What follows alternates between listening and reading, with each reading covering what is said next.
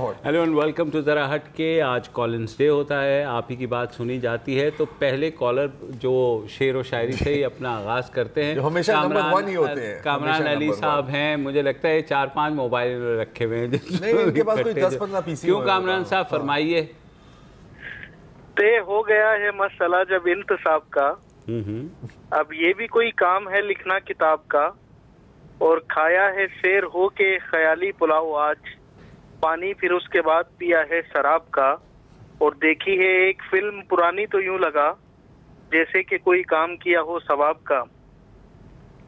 वाह, चले, मैंने कहा आपने देखी है यूजुअल स्टैंडर्ड के नहीं यार, ना मजा नहीं आया आज। मतलब मैं अगर इसको वो करते तो आप कहते कि देखिए पुरानी फिल्म, ख्याल आता है अमिताभ का, तो वो तो मतलब ये सही है। इसको जब आप अपनी किताब रखें तो इस भाई को एडिटर रख लेना, वैसे ही कोई पैसे वैसे नहीं बन रहे होते यार। सही बात है, लेकिन थैंक यू। रॉयल्टीज ही दे देना। हुमा याकूब साहिबा हैं कराची से। जी हुमा साहिबा। हेलो हेलो जी, अस्सलाम वालेकुम, कैसी हैं आप? जी अल्लाह का शुक्र। एक तो मुझे तारीफ करनी थी कि आपका कल का प्रोग्राम बहुत अच्छा था, बहुत मजा आया देखकर। शुक्रिया। दूसरे मेरे 2 छोटे छोटे सवाल आते हैं। एक सवाल तो आप सब लोगों से है और एक खास वुसअतुल्लाह साहब से है कि एक आपका आम नाजिर और एक आम सामीन सिंध ताश माहिदे के मुतालिक कुछ नहीं जानता, तो उसको अगर आप बता सके तो बहुत अच्छी बात होगी। दूसरी बात, जो आप सब लोगों से सवाल है, मुझे आज तक खुद नोटिस का मतलब समझ में नहीं आया। कभी ये वजीर आला ले लेते हैं, कभी प्राइम मिनिस्टर ले लेते हैं, कभी वजीर बल्दियात ले लेते हैं, कभी चीफ जस्टिस ले लेते हैं, कभी हेल्थ मिनिस्टर ले लेते हैं। मेरी अकल ना इनके नोटिसों को समझने से कासिर है, जिस पे कोई काम ही नहीं होता आज तक। शुक्रिया जी। जी, आज खुद नोटिस तो वो होता है जिसका कोई नोटिस नहीं लेता, तो मजबूरन लेना पड़ता है किसी ना किसी। ये भी है, और एक्चुअली ये एक सिम्टम है। इससे आपको पता लगता है कि आपका सिस्टम कितना ब्रोकन है, क्योंकि आज खुद नोटिस आपको उस वक्त लेना होता है जब जो ऑर्डिनरी जो कार्रवाई होनी चाहिए किसी भी सिस्टम में वो नहीं होती, तो फिर आपको खुद इम्पोज करना पड़ता है। अनफॉर्चुनेटली हमारे यहाँ इंस्टीट्यूशंस ज़्यादा ताकतवर नहीं है, इंडिविजुअल ज़्यादा ताकतवर होते हैं। This is the point. Sir, Sindh ताश माहिदा जी, सिंध ताश माहिदा का ये है कि जब पाकिस्तान हिंदुस्तान की पार्टीशन हुई तो जाहिर है कि जो बाकी चीज़ें तकसीम हुई तो दरियाई पानी की तकसीम का भी मसला था, और कई दफ़ा ऐसा भी हुआ कि वो जो नहरें थीं जिनके हेडवर्क्स हिंदुस्तान में थे, तो 1-2 दफ़ा ऐसा भी हुआ कि वो बंद भी हो गए, तो उससे पाकिस्तान के लिए बड़ा सीरियस प्रॉब्लम पैदा हो गया। फिर 1960 में वर्ल्ड बैंक जो है वो इस मसले में कूदा, और यहाँ जनरल अयूब ख़ान की हुकूमत थी, वहाँ पंडित जवाहरलाल नेहरू थे। तो तय ये पाया कि जी 6 जो दरिया हैं, और 6 के 6 या तो भारत के ज़ेर इंतज़ाम कश्मीर से गुज़र के आते थे या भारत से, और ओरिजिनली तिब्बत से आते थे। रावी, सतलुज, ब्यास, चनाब, जेहलुम और सिंध। तो तय ये पाया कि इनमें से 3 दरिया का जो पानी है वो 80% तक वो हिंदुस्तान इस्तेमाल करेगा, और बाकी जो 3 दरिया हैं उनका पानी पाकिस्तान इस्तेमाल करेगा। तो पाकिस्तान के हिस्से में आए चनाब, जेहलुम और सिंध, और उसके बाद ही फिर ये इन पे जो हैं वो डैम्स वगैरह बनने शुरू हुए, और यूँ सिंध ताश का जो माहिदा है वो वजूद में आया। और चूँकि इसका गारंटर जो है आलमी बैंक है, लिहाजा कोई भी फ़रीक एक तरफ़ा तौर पे इस माहिदे से नहीं निकल सकता। बहुत शुक्रिया। कमर इमरान अली हैं छोटा साहिवाल से। जी इमरान साहब। अस्सलाम वालेकुम अस्सलाम। पहले तो जी हमें सख्त एहतजाज है ज़रा खोड़ो साहिब से कि हमारे पसंदीदा मुबशर ज़ैदी साहब इतने प्यार से इतनी अच्छी स्टोरी लेके आते हैं, इतनी अच्छी बात करते हैं, और ये पत्नी जेलसी में या किस चीज़ में उसके अंदर नुक्स निकालने लग जाते हैं, और वुसअतुल्लाह साहब भी बकदरे जिससे अपना हिस्सा डाल देते हैं। कंवर साहब, सिर्फ खाली खुली इल्ज़ाम से काम नहीं चलेगा, कोई मिसाल मैं बल्कि आपको जो है ना, आपके इस कॉल के बाद ही 20 रुपए का बैलेंस भी भिजवाऊंगा। पहले ही भिजवा दिया था, मुझे पता है। हाँ। नहीं देखिए ऑन अ सीरियस नोट कमर साहब, पता है मसला ये, क्योंकि हम 3 लोग हैं और टॉपिक के हिसाब से बात होती है, तो डिस्टिंक्ट जॉब्स होती हैं, तो मेरे ख्याल में जिसको जितना बोलना होता है वो आपस में खुद ही हम और हम सबको अपनी आवाज़ से काफ़ी मोहब्बत भी है, तो हम चाहते हैं कि मतलब बात तो हमें है ना, नहीं बिल्कुल, चाहे सुप्रीम कोर्ट जो भी फैसला दे हमने एहतजाज तो करना है ना। बात तो सही है। चले, ये तो आपकी सर मेरा सवाल ये है जी, कंटेनर तैयार रखें। किस्सा है ये दूसरी जंग अज़ीम का। ओके। सरकार बरतानिया को फौजियों की जरूरत हुई तो वो एक छोटा मोटा सा साहिवाल, जो मैंने पिछली प्रोग्राम में किया था, छोटे साहिवाल के अंदर वो आए भर्ती करने के लिए। तो हमारे हाई स्कूल का एक ग्राउंड पड़ा था बच्चों के खेलने के लिए, उसके अंदर आके उन्होंने अपना बसेरा किया, यहाँ से भर्ती अपनी मुकम्मल करके वो चले गए। बरतानिया भी चला गया, बरतानवी राज भी चला गया। अब आके ये हुआ कि स्कूल का वो ग्राउंड था, स्कूल के बच्चे खेलते थे, हॉकी का, फुटबॉल का, क्रिकेट का, सबका ग्राउंड था। वो जगह स्कूल के नाम पे है, लेकिन माइट इज़ राइट। तो हमारी फौज ने हमें उस ज़मीन पे बेदखल कर दिया हमारे बच्चों को। वो ग्राउंड एक मेजर साहब को लीज पे दे दिया, जिन्होंने इसकी तरफ हल चला के उसके आसपास बाउंड्री बना दी। अब हमारे बच्चे गलियों में और उनमें खेल रहे हैं। अब फरियाद तो हम ज़्यादा कर भी नहीं सकते, बड़ा नाजुक सा मामला है, और फिर जगह भी ऐसी है कि आदमी बोलने के काबिल भी नहीं है। और दूसरा सवाल मेरा वसत साहब ये था कि वो सुना था कि वो सुप्रीम कोर्ट के अंदर पेश हुए थे, वो मुल्तान बेंच वाला जो मसला था उसके सिलसिले में। तो वो वहाँ पे हमारे जज साहब और जो रशीद रिजवी साहब जो सवाल जवाब ऐसे हो रहे थे जैसे कोई विराट कोहली बैटिंग कर रहा और वसत साहब को कहें कि वसत साहब आप बॉलिंग कराएं इनको। तो क्या बना उस मसले का? मेरे भाई फ़िलहाल तो स्टे कर दिया सुप्रीम कोर्ट ने और अब वो डिसाइड करेगा। स्टे से मुराद यही होती है कि फ़िलहाल इस मसले को फ्रीज़ कर दिया गया है और सुप्रीम कोर्ट डिसाइड करेगा। अच्छा, मैंने सुना था कि वो जो थे मुल्तान, हाँ, मुल्तान बार के प्रेसिडेंट, तो शायद उन्होंने माफ़ी भी मांगी थी अगेन, लेकिन ये कंफर्म नहीं है। मैंने कहीं उड़ते एक टिकर या एक छोटी सी स्टोरी देखी थी, तो दिस इज ऑल्सो क्योंकि कुछ उनका लिखा हुआ था कि आई एम वेरी सॉरी। और नहीं वो तो है, लेकिन वो तो chief justice Lahore high court के खिलाफ। शेख अशफाक साहब हैं डेरा इस्माइल खान से। जी शेख साहब। अस्सलाम वालेकुम। वालेकुम अस्सलाम। डेरा इस्माइल खान से शेख अशफाक पूरी कर रहा हूँ जी। जी बिल्कुल। आपसे एक रिक्वेस्ट करनी थी जी कि हमारे सियासतदान और आप भी जो है हमारे साबका जर्नलों को आमिर या डिक्टेटर कहकर पुकारते हैं। मुझे बहुत दुख होता है क्योंकि field marshal Mohammad general Ayub Khan ने हमें 4 डैम दिए हैं और सियासी हुकूमत ने कोई डैम आज तक नहीं बनाया। तो फील्ड मार्शल अयूब खान के दौर में हमें 16 रुपए मन गंदम मिलती थी और उसके दौर में जो है वो मलिक अमीर मोहम्मद खान उसके गवर्नर थे, अल्लाह उनको बख्शे। तो उस टाइम जो है पूरे डिस्ट्रिक्ट में हमारी और डेरा इस्माइल खान में उन्होंने ऐलान किया था कि 16 रुपए मन गंदम दें क्योंकि हिंदू ने हम पर हमला कर दिया है। तो 1 घंटे के अंदर सब चीजें बाहर आ गई थी और 16 रुपए मन हमें आटा, ज्वार, मकई हर। अच्छा सर, वो बात आपकी बिल्कुल बजा है। अयूब दौर में तरक्की भी बहुत हुई, बहुत अच्छी चीज़ें हुई, लेकिन थे तो डिक्टेटर ना सर। मतलब तो डिक्टेटर को डिक्टेटर कहने में तो कोई हर्ज नहीं है। इसका ये मतलब नहीं है कि हर काम कोई गलत हुआ है, लेकिन ये ग्लास है, आप इसको आप मग्घा कहेंगे, ये मग्घा बनेगा तो नहीं ना सर, रहेगा तो ग्लास। सज्जाद वाई साहब हैं लाहौर से। जी मेरे भाई। जी अस्सलाम वालेकुम दोस्तों, क्या हाल है? अल्लाह का शुक्र, आप बताइए। अल्हम्दुलिल्लाह। इस्लाही नोयत का तकाबली ज़्यादा आपसे चाहता हूँ, आप दानश्वर हैं। बसियत कौम हम देखते हैं अपने मुआशरे में, जिसका मैं भी हिस्सा हूँ, कि बेसब्री और लालच का उनसर इस कदर ज़्यादा है कि ईद कुर्बान पर भी नजायज़ मुनाफाखोरी देखी गई। इसके साथ लवाजमात जो होते हैं कुर्बानी के, किसाई से लेके और दूसरे मामलात में हर नोयत की नजायज़ मुनाफाखोरी।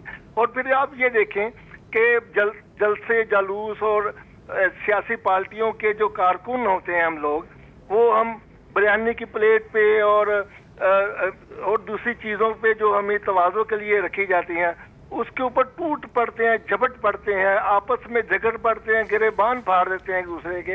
ये सब क्या है? यहाँ कहाँ कमी है हमारे रहनुमाओं ने? हमारी तरबियत, हमारे जो सूफिया थे उनसे लेके और हमारे जो आज के आलम दीन हैं और दूसरे हमारे जो रहबर हैं, हमारे असातिज़ा हैं, ये कहाँ कमी रह गई है? किस में कमी रह गई है? या हमारी तालीम नहीं है इस कदर? अगर तालीम नहीं तो उसका जिम्मेदार कौन है? हमारे अगली आने नस्लें भी इसी डगर पे चल रही हैं। हमारे 10-10, 12-12, 18 साल के बच्चे भी छीना झपटी में हैं और हम 80-90 साल, 70 साल के बुजुर्ग जो हैं, 40-45 साल के, 30 साल, 35 साल के नौजवान हैं। किस्सा ये है कि हर शख्स आपोतापी में पड़ा हुआ है। ये कहाँ तरबियत की कमी रहेगी? जरा इसका तलाबली जायजा लें और हमारी रहनुमाई फरमाएं। इसकी भी जरूरत है। सियासी तबसरे तो होते रहेंगे, जरा हमारी तरबियत भी फरमाए ना। बिल्कुल बिल्कुल आपकी बात बजा है और ये हम तकाबली जायजा लेते ही आपकी खिदमत में पेश करेंगे इसको। We need time for this, क्योंकि इन्होंने इतनी सारी चीज़ों को किया है। तो भारत मुख्तसर इसका जवाब एक हो सकता है वाइन साहब, आपकी रहनुमाई क्या फरमाएं? आप तो आवाज़ से अंदाज़ा होता है कि आप तो हमसे सीनियर हैं, आपकी रहनुमाई की ज़रूरत है। एक मिसाल है पंजाबी की और बहुत पुरानी मिसाल है कि खादा पीता वायदा बाकी अहमद शायदा, यानी उस ज़माने की मिसाल है जबकि अफ़गानिस्तान से और ईरान से फ़ौज कशी के लिए आते थे और ये जो पंजाब के मैदान हैं बारानी इलाके होते थे, खुराक महदूद होती थी, तो वो जाहिर है कि सिपा जो भी आती थी वो अपना राशन वाशन लेके आगे बढ़ जाया करती थी और पीछे जो है कख भी नहीं बचता था। तो उस वक्त ये मिसाल थी कि जी जो खा सकते हो फ़ौरन खा लो, इसलिए कि अहमद शाह, बाकी तो अहमद शाह ले जाएगा। मुराद अहमद शाह अब्दाली से कहने का मकसद ये है कि जो एक सेंस ऑफ इनसिक्योरिटी है वो शायद हमारे जीन्स में सरायत कर चुकी है और उसका चूँकि मदावा हमें ना आज़ादी से पहले नज़र आया ना आज़ादी के बाद नज़र आया, लिहाजा वो जो जेनेटिक मेकअप बना है वो ये है कि जितना जो भी जिसके हाथ आ सकता है वो ले ले, पता नहीं कल हो ना हो। तो मुझे तो ये समझ में इसमें सपोर्टिंग पॉइंट आपको दूँ, ये जो जेनेटिक थ्योरी है जी, डायबिटीज़ जनूबी एशिया में मेरे ख्याल दुनिया में पर कैपिटा सबसे ज़्यादा है, क्योंकि रिवायती तौर पर तारीख में यहाँ पर कह रहा है फैमिन। तो एकदम जब ये तो पिछली 100-200 सालों में ही ज़्यादा खुराक आपको मिली है ना, तो हमारी बॉडीज जेनेटिकली केपेबल ही नहीं है कि हम इतनी चीनी को प्रोसेस करें, तो वो भी this sort of feeds into that. Abdul Razzaq साहब हैं कराची से। जी भाई। अस्सलाम वालेकुम जनाब। वालेकुम अस्सलाम। हाँ, तीनों हजरात को मेरी तरफ से अस्सलाम वालेकुम।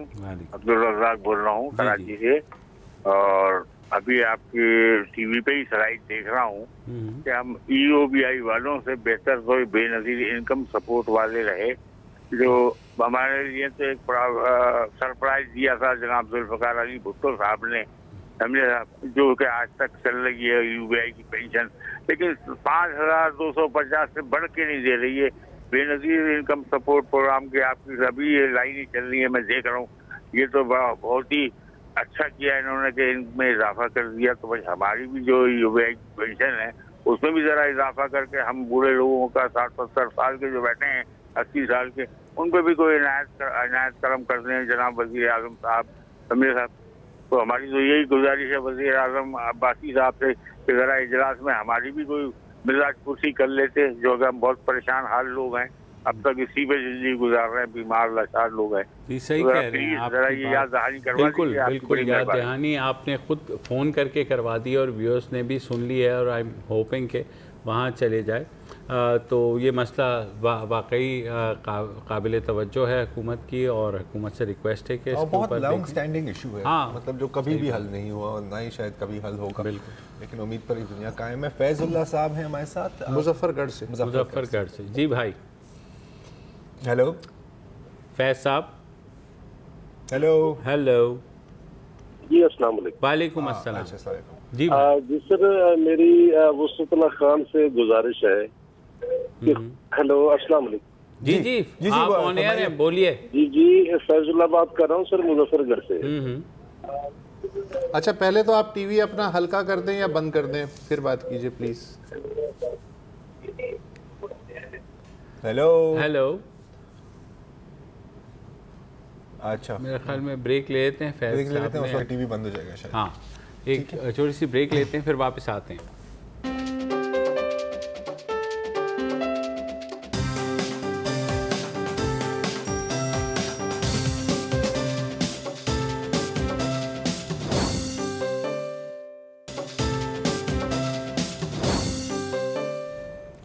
Welcome back. और अब मिसेस मुमताज़ कुरैशी हैं कराची से हमारे साथ। जी हेलो हेलो। हाँ जी जी, अस्सलाम वालेकुम। वालेकुम सलाम। मैं बात करूं? जी करें। मैं बात, हाँ जी करिए। जी जी फरमाइए जी। 6 सितंबर के सिलसिले में आपसे बात करना चाहती हूँ। आप लोग सिविलियन, एक शहीदा लड़की हुई थी, एक सिविलियन लड़की,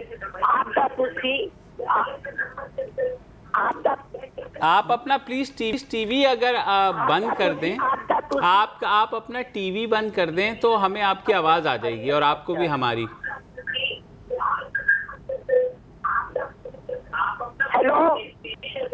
हेलो जी, आप अपना टेलीविजन बंद कर दीजिए प्लीज। मैंने प्लीज बंद किया। मैं अच्छा, पीछे आवाज आ रही है। अच्छा बताइए। मैं बोल रही हूँ, मेरा नाम मिसेस मुमताज कुरैशी है, मैं कराची से बोल रही हूँ। जी जी। आप इतना शहीद के सिलसिले में आप बात करते हैं। पाकिस्तान में जब 6 सितंबर की वार शुरू हुई से सबसे पहले एक सिविलियन लड़की मेडिकल कॉलेज की स्टूडेंट थी, आबदा तुसी। वो वजीराबाद से आ रही थी, लाहौर में आपके कॉलेज में पढ़ती थी, और दुनका स्टेशन पे बम्बार्टमेंट हुई और वो लड़की उधर शहीद हुई। 6 सितंबर की वार में आबदा तुसी उसका नाम था। उनके वालिद साहब मोहम्मद शरीफ तुसी कायदे आजम का पॉलिटिकल सेक्रेटरी भी रहे हैं और माटी के नाम से वो बहुत मज़ामीन लिखते थे। मुझे अफसोस है एक सिविलियन लड़की शहीद हुई थी, उसके बाद अयूब खान ने वॉर डिक्लेयर की थी। ठीक है, बहुत शुक्रिया हमारी मालूमात में इजाफा करने का, और हम भी इसको दोबारा से चेक करते हैं। रशीद जमाली साहब हैं जद्दा से। जी रशीद साहब, वालेकुम अस्सलाम। वफद साहब, गरार साहब और मुबशर साहब कैसे हैं आप? अल्लाह का शुक्र है जनाब। मैं आपको आज सिंध की सैर करवाना चाहता हूँ। जी कराएं। जी जी कराएं। हेलो जनाब, सिंध जो है, सिंध कराची समेत पूरे सिंध के ज्यादातर अजला जो हैं उनमें सेंको और गटर मिला पानी लोगों को पिलाया जा रहा है सिंध गवर्नमेंट की जानिब से, जबकि तालीम का ये हाल है कि आज भी बकौल वजीर आला सिंध 4000 से जायद स्कूल बंद हैं, यानी कि जो तालीमी नर्सरी है वो बिल्कुल बंद है। उसके बाद जनाब सेहत के शोबे में इमरजेंसी है, लेकिन वो साबिक सेक्रेटरी तालीम जो फजलुल्लाह पेचू साहब हैं वो उसमें बेहतरी लाने की कोशिश कर रहे हैं, जो अभी तक तालीम को सुधार नहीं पाए हैं। जबकि वापडा जो है वो तो वफाक का इदारा है, लिहाजा बकाया जात अगर वफाक वसूल करता है तो बिजली दे या ना दे उससे सूबाई हुकूमत का कोई लेना देना नहीं। तो आप क्या ये चीज़ें देखिए, आपका क्या कहना है इसमें कि सिंध गवर्नमेंट नाकाम हो रही है या ओवरऑल कोई प्रॉब्लम है? जी सर, आप ये चीज़ें क्योंकि पब्लिक इन्फॉर्मेशन है ऑलरेडी, तो थोड़ा सा आप बताइए कि आप कहना क्या चाह रहे हैं। जी, मेरा मकसद दरअसल ये है कि आज तक सूबाई गवर्नमेंट तो बुरी तरह नाकाम है, लेकिन वफाक ने पिछले 4 सालों में ना कोई जो है बड़ा प्रोजेक्ट कोई सिंध में शुरू किया है, ना कोई यूनिवर्सिटी वफाक ने दी है, ना कुछ भी कोई। अगर चलो अच्छा यहीं रुक जाइए, यहीं रुक जाइए। अभी कराची में जो है वो बसों का मंसूबा शुरू हुआ है, सिंध में यूनिवर्सिटी का ऐलान भी हुआ है गवर्नर सिंध की जानिब से, और जो अभी वज़ीर आज़म आए थे, तो होपफुली हो जाएगा। क्योंकि थोड़ा सा मुझे लगा कि आपने सेहत के शोबे में आप फिर तालीम वाले सेक्रेटरी को ले आए, तो अंडरस्टैंडेबल सिंध की जो गवर्नेंस है वो वाकई क्वेश्चनेबल है, चाहे तालीम का मसला हो चाहे सेहत का मसला हो। और यही बात सब कहते हैं सिंध गवर्नमेंट को कि किसी तरीके से कुछ बढ़वाएं। इश्तिहारात तो चला रहे हैं वो भारत कुछ वो क्या इश्तिहार है? तरक्की में सबसे आगे सिंध कुछ ऐसा ही, वो तरक्की से आगे निकल गए हैं सर। तरक्की पीछे रह गई है, तरक्की का एक्सेल टूट गया था, वो ओवरटेक कर लिया। बहरहाल जनाब, thank you for letting us know. Ghulam Nabi साहब हैं हैदराबाद से। जी मेरे भाई। आदाब। हेलो जी आदाब। आदाब कैसे? एक फोन कॉल आपके पास अभी आई थी खातून याकूब साहिबा की, तो सिंतास मायदे पे वो गुफ्तगू फरमा रही थी, आपने भी उस पर डिस्कस किया, तो मुझे एक मंटू की कहानी याद है, उसमें पागलों का भी तबादला हुआ था। अच्छा आपको आपने जी हाँ, वो मंटू का एक अफसाना है, तोबा टेक सिंह। आगे चलिए। आपने भी पढ़ा होगा जरूर। तो मेरा आज फोन करने का फर्स्ट ये बात कि एक तो पूरा वीक में आपके प्रोग्राम तो शानदार चले, उसमें डॉक्टर केसर सब बंगाली साहब आए, उसके बाद बच्चों वाला और फॉरेन पॉलिसी पे जो मामला चले।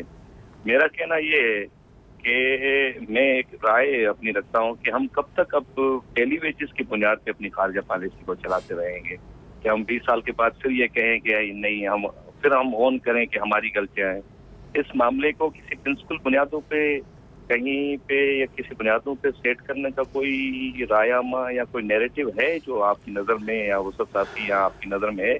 मेरे भाई 70 साल से तो ये नैरेटिव जब कभी आप जब बहुत गर्मी हो, वहाँ धूप तेज होती है, तो आप अगर स्ट्रेट रोड पे जा रहे होते हैं ना, लगता है ना कि आगे पानी है, और पानी नहीं होता। तो इतनी दफा हमने वो मिराज देखा है कि अब हम कह नहीं सकते कि एक्चुअली कुछ होने वाला है या नहीं होने वाला। प्यास तो बड़ी लगती है, पानी आगे देखते हैं, लगता है यार पी लेते हैं, पहुंचते हैं तो वहाँ पे कुछ नहीं होता। और ये सिर्फ खारजा पॉलिसी पे ही मौकूफ नहीं है। अभी जैसे बात हुई कि इमरजेंसी लगा दी, कि तालीम के शोबे में लगा दी, सेहत के शोबे में इमरजेंसी लगा दी, तो ये कॉस्मेटिक स्टेप्स हैं। और कोई ऐसी जो है लॉन्ग टर्म पॉलिसीज हम बनाते बार जैसे मुबशिर कहते हैं कि ये वाकई फॉरेन पॉलिसी है, जो फॉरेन ही बनती है और फॉरेन ही खत्म हो जाती है, सफ़ा पलट जाता है। एक ब्रेक ले लेते हैं न्यूज़ अपडेट्स की, उसके बाद वापस आते हैं।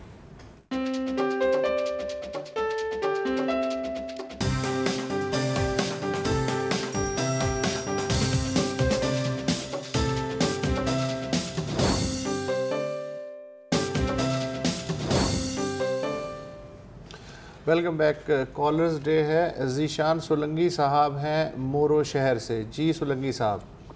खैर, अस्सलाम वालेकुम। आप तीनों को दिल की गहराई से अस्सलाम वालेकुम। वालेकुम अस्सलाम सर।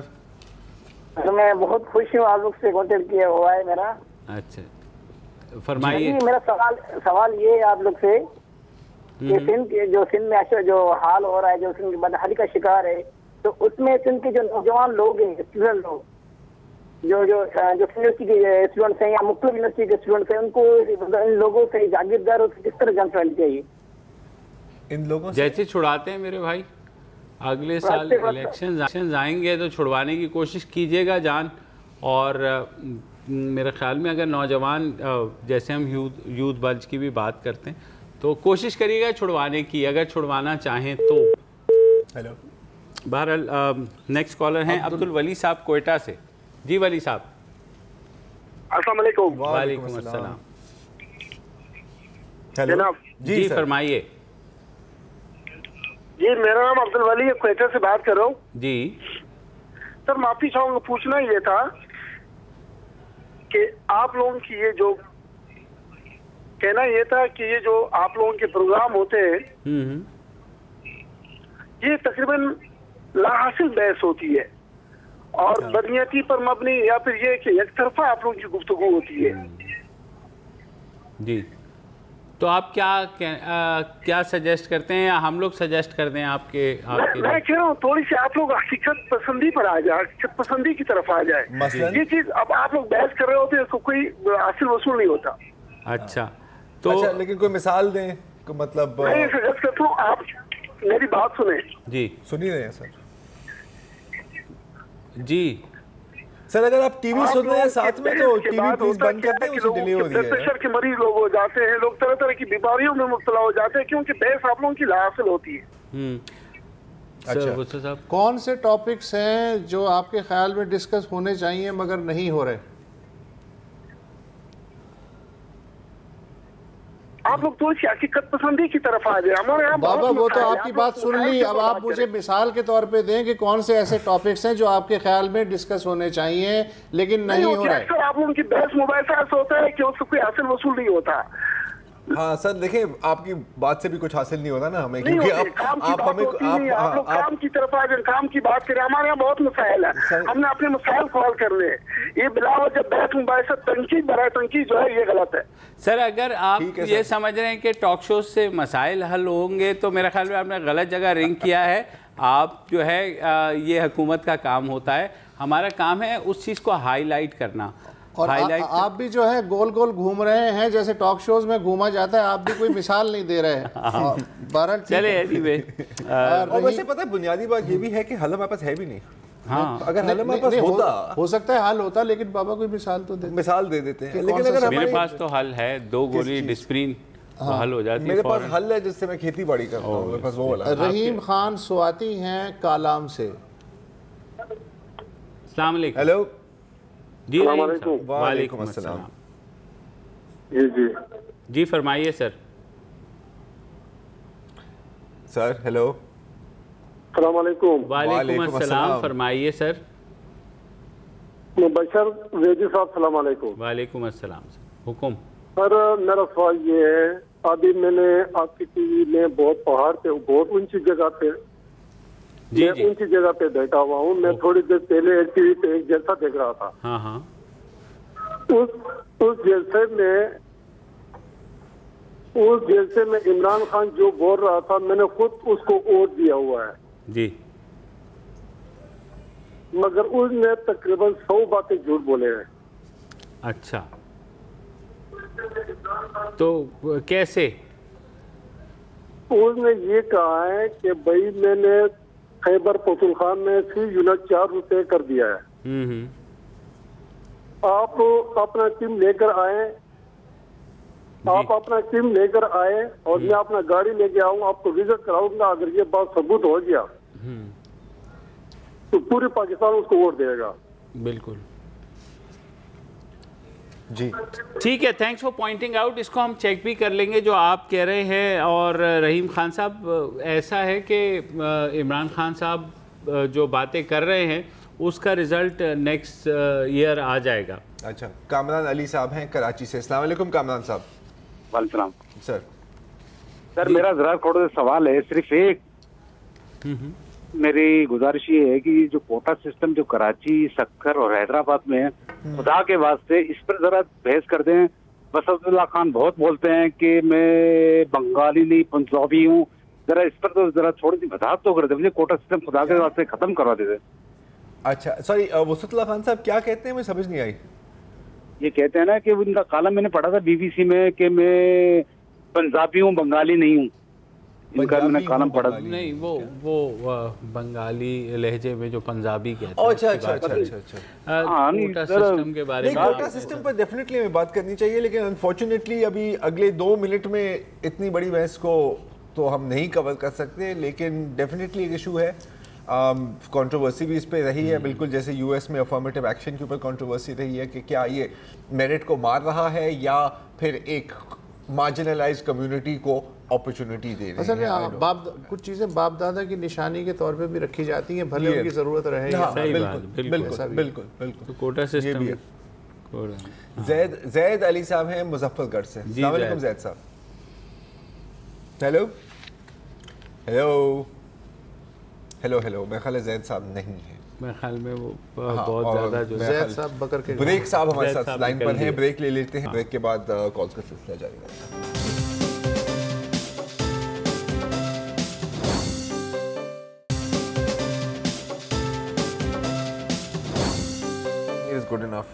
Welcome back. और मोहम्मद अली साहब हैं आज़ाद कश्मीर से हमारे साथ। जी भाई। मोहम्मद हनीफ जी फरमाइए। सर ये हमारी एक प्रॉब्लम क्या है कि सन 1947 से लेकर आज तक हमारी जमीनें जो है वो गवर्नमेंट के कब्जे में है। अच्छा, हमें कोई मसला, कोई रेट, कोई कुछ भी नहीं मिला है, तो हम तो बिल्कुल बेकार हो गए। हमारे पास मकान बनाने के लिए भी जगह नहीं है, तो गवर्नमेंट को ये धीरे दबाव तो चाहिए कि ये कुछ न कुछ जो हमें तकलीफ दे। आप कहाँ से बोल रहे हैं आज़ाद कश्मीर में? हजीरा, आज़ाद कश्मीर। हजीरा से। अच्छा, ये बाग से आगे है, बाग के आसपास है? ये रावलाकोट से आगे। अच्छा, रावलाकोट से, हाँ ठीक है, अब्बासपुर के पास है, ठीक है। तो बिल्कुल, क्योंकि ये बिल्कुल लाइन ऑफ कंट्रोल के उधर करीब में आता है, तो वहाँ पर अब वज़ीर दिफ़ा पता नहीं कुछ कर पाएंगे, क्योंकि अमूमन वज़ीर दिफ़ा के हाथ में कुछ होता नहीं है। लेकिन ज़मीनें हुकूमत असल में होता ही है कि ये जो बॉर्डर की ज़मीनें हैं ना, हाँ, ये पाकिस्तान हिंदुस्तान में बिलखुसूस इन पे ज़्यादातर जो कंट्रोल है वो ज़ाहिर है डिप्लॉयड आर्मी और एजेंसी का होता है। दोनों साइड पे पट्टी है, तो किसान यहाँ पे खुश नहीं रहते किसी भी इलाके के हों, इसलिए कि आए दिन एमरजेंसी लगी रहती है, आगे जाना है, पीछे जाना है, फिर शुबा हो गया, तो ये इनकी ज़िंदगी जो है दीगर इलाकों के किसानों से मुख्तलिफ रहती है, इनके मसाइल ऐसे चलते रहते हैं। ये जो पिछले साल जो ज़्यादा फायरिंग हुई थी स्पेशली पंजाब साइड बॉर्डर पर, तो वहाँ पर याद में लोगों से बात हो रही थी, कहते यार हमने ये ज़मीन ख़रीदी थी और अब हमारे से कोई खरीदने के लिए तैयार ही नहीं है, तो कहीं और होती तो वो लाखों की होती, यहाँ पर कोई मतलब 10,000 रुपए। अभी मैं इंडियन पंजाब की स्टोरी पढ़ रहा था कि बफर जोन में ज़मीन है, तो उन्होंने बाकायदा जो है गेट दिया लगाया हुआ है। अच्छा। कि वो एक सिपाही साथ जाता है, किसान हल वल जोत के काम करके दोबारा उसी सिपाही के साथ वापस फिर गेट बंद हो जाता है। तो लोगों की बड़ी अजीब सी, ये देखो तो राहिल शरीफ साहब की ज़मीन भी नहीं, वो थोड़ी सी इधर है, बाढ़ से इस तरफ है, बाढ़ से। अब ऐसा भी नहीं है कि उन्हें वहाँ जाना पड़े गेट बनवा के। वकार खटक साहब हैं पेशावर से। जी वकार साहब, अस्सलाम वालेकुम। ज़रार खोड़ू साहब, उसुल्लाह खान साहब और मुबशर दीदी साहब। वालेकुम जी। मैं सबसे पहले आपको और आपकी चैनल, आपके प्रोग्राम और पूरी टीम को खिराज तक़सीम पेश करता हूँ कि परसों गुलाम मुस्तफ़ा जो बच्चा था, लड़का था, उससे उसुल्लाह खान साहब ने इंटरव्यू ली थी और मैं डीजी रेंजर को खिराज तक़सीम पेश करता हूँ कि उसने फिर उसे सपोर्ट भी किया। जी जी।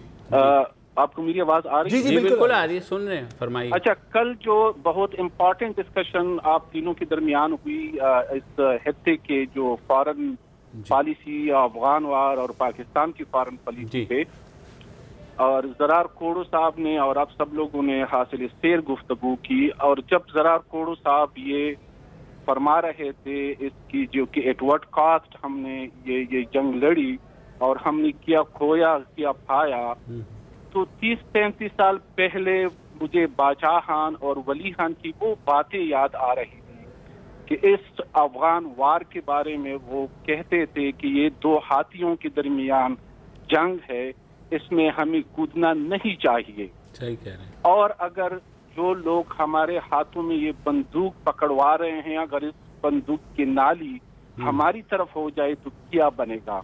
सही। आज वही बातें शायद सच साबित हो रही हैं 30-35 साल जो पहले बता रहे थे। नंबर एक। और नंबर दो ये कि प्रोग्राम के आखिरी हिस्से में आप लोगों ने यूनिवर्सिटी पे शायद वो डिस्कशन की थी। जी। मुझे समझ नहीं आ रही है कि वाइस चांसलर की सिलेक्शन का जो क्राइटेरिया है उसमें पीएचडी डिग्री लाजमी क्यों है? ये डिजायरेबल हो सकती है लेकिन मैंडेटरी क्यों है? क्योंकि अगर हम देखें तो सारे सूबों को जो चीफ मिनिस्टर हैं, जो सारे सूबे चला रहे हैं, वो तो पीएचडी नहीं है। जो मुल्क चला रहे हैं वजीर आजम साहब, वो तो पीएचडी नहीं है। जो फेडरल सेक्रेटरीज हैं, जो प्रोविंशियल सेक्रेटरीज हैं, जो वफाकी वज़रा हैं, वो तो पीएचडी नहीं है लेकिन एक रियासत की मशीनरी को चला रहे हैं। तो ये क्यों जरूरी है कि वाइस चांसलर की सिलेक्शन में पीएचडी होना लाजमी है?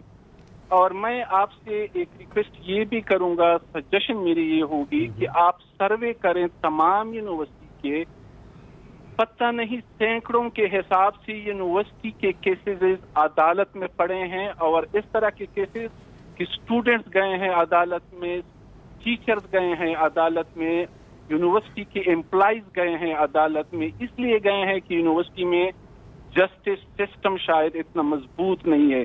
इनजस्टिसेस हैं इन यूनिवर्सिटी में, इसलिए अदालतों में सैकड़ों के हिसाब से यूनिवर्सिटी के केसेस पड़े हैं।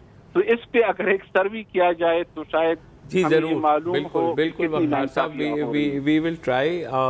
जहाँ तक आपने वाइस चांसलर्स के पीएचडी होने की बात की, क्योंकि वो आला तालीमी इदारे होते हैं और वहाँ पर बच्चे जो हैं पीएचडी करते हैं, एमफिल करते हैं, मास्टर्स करते हैं, तो उनको जांचने के लिए जाहिर है जो असातिज़ा हैं और वाइस चांसलर हैं वो इसलिए रखे जाते हैं। जिस एक हॉस्पिटल के इंटेंसिव केयर यूनिट के इंचार्ज का डॉक्टर होना काफ़ी ज़रूरी होता है। सही बात। कयूम काकर साहब हैं कोयटा से। जी कयूम भाई। जी सर, मेरा क्वेश्चन है सर, खटक साहब से रिलेटेड क्वेश्चन है जी कि नेक्टा क्यों डिसफंक्शनल है अभी तक, और क्या एस्टेब्लिशमेंट जो नॉन स्टेट एक्टर्स को बतौर एसेट इस्तेमाल करे, क्या ये पॉलिसी ये तर्क कर देंगे? Thank you. चले, नेक्टा मेरे ख्याल में अब तो फुली फंक्शनल हो चुका है, लेकिन उन्होंने खाली डाकखाना ही रहने दिया, बाकी निकाल दिया सारा कुछ। और नेक्टा के बारे में यही है कि वो इंटेलिजेंस कोऑर्डिनेट करता है और मेरे ख्याल में चौधरी निसार ने को 500 प्रेस कॉन्फ्रेंसेस तो की होंगी यार की सिंपल जवाब इसका यही है कि इदारे बनाना आसान है, इदारों को चलाना आसान है। तो उसमें काफ़ी मेहनत लगती है और टिकर विकर नहीं बनते, हेडलाइंस नहीं बनती इन कामों से ना। जहाँ तक एसेट्स की बात है मेरे भाई, तो मेरे ख्याल में रियासत को ख़ुद समझ आ रही है अब कि कुछ ऐसे एसेट्स थे जो हमारे लिए नुकसानदेह हुए। तो उम्मीद यही है कि ये पॉलिसी भी रिव्यू होगी, जिस तरह ट्रंप ने अपनी पॉलिसी रिव्यू की है या और दूसरी ब्रिक्स ने अपनी पॉलिसी रिव्यू की है। तो हमें, और ये मैं नहीं कह रहा, ये तो मेरे ख्याल में ख्वाजा आसिफ कह चुके हैं कि we have to put our house in order. जी, एहसन मजीद साहब हैं लाहौर से, कराची से। हेलो जी एहसन साहब। अस्सलाम वालेकुम। वालेकुम अस्सलाम। हाँ जी सर, एहसन नज़ीर बात कर रहा हूँ लाहौर से। जी जी। तो सर पहले तो मैं आपको अप्रिशिएट करना चाहूँगा कि आपका प्रोग्राम एक मुनफरिद है, क्योंकि आप फैक्ट्स पे बात करते हैं और लॉजिक की रीजनिंग देते हैं। शुक्रिया, थैंक यू। और सर दूसरा मैं ये कहना चाहूँगा कि एक बहुत बड़े एक प्रॉब्लम जो एक दुनिया फेस कर रही है क्लाइमेट चेंज का, बिल्कुल, अगर इस पर आप कोई प्रोग्राम रखें जामिया, क्योंकि पाकिस्तान एक डेवलपिंग कंट्री और बहुत बुरी तरह इफेक्ट हो रहा है। जी। अच्छा सर, इस पर हमने पहले भी 2-3 प्रोग्राम किए हैं, लेकिन आई एग्री जितने भी करो कम है। और हम देखिए, हम क्लाइमेट चेंज का ड्राइवर नहीं है, हमारी इतनी पोल्यूशन नहीं है, लेकिन जिसको कहते हैं क्लाइमेट चेंज मिटिगेशन और अडेप्टेबिलिटी, अगर इस पर नहीं काम किया ना हमने, तो हम भूल जाएंगे दहशतगर्दी, हम भूल जाएंगे भारत, हम भूल जाएंगे अफगानिस्तान। सर्वे में सिर्फ 24% पाकिस्तानी क्लाइमेट चेंज को कोई खतरा समझते हैं। और पाकिस्तान, ये भी बहुत बड़ी बात है सर, मैं तो 10% समझ रहा था। पाकिस्तान दुनिया के उन खतरनाक तरीन ममालिक में है जहाँ पर जो है बिल्कुल इस पे जितनी बात करें कम है। तो जाहिर है कि वक्त भी ख़त्म हो गया है, लेकिन यू फॉर योर आइडियाज़ के कम से कम इससे हमें आइडियाज़ होते हैं जिसको हम आगे जाकर तो खुशी क्लाइमेट चेंज पे बात करते हैं। तो पीर तक आप भी आराम कीजिए, हमें भी आराम का मौका मिल जाएगा। हैव अ नाइस वीकेंड, खुदा हाफिज़। अस्सलाम वालेकुम। अगर आपको हमारे शो पसंद आया है तो प्लीज़ हमारे YouTube चैनल को सब्सक्राइब करें, और अगर मुनासिब समझे तो इस वीडियो को लाइक भी कर लें, तो कोई हर्ज नहीं है, और शेयर भी कर लें और कमेंट भी कर दें, वरना वो सब ऐसे ही लिखते रहेंगे। और ये जो दोनों कह रहे हैं ये कर लें जी प्लीज़, नहीं तो हमें भी घर जाना है, मैं आपके कंप्यूटर में नहीं रहना 24 घंटे। सही बात।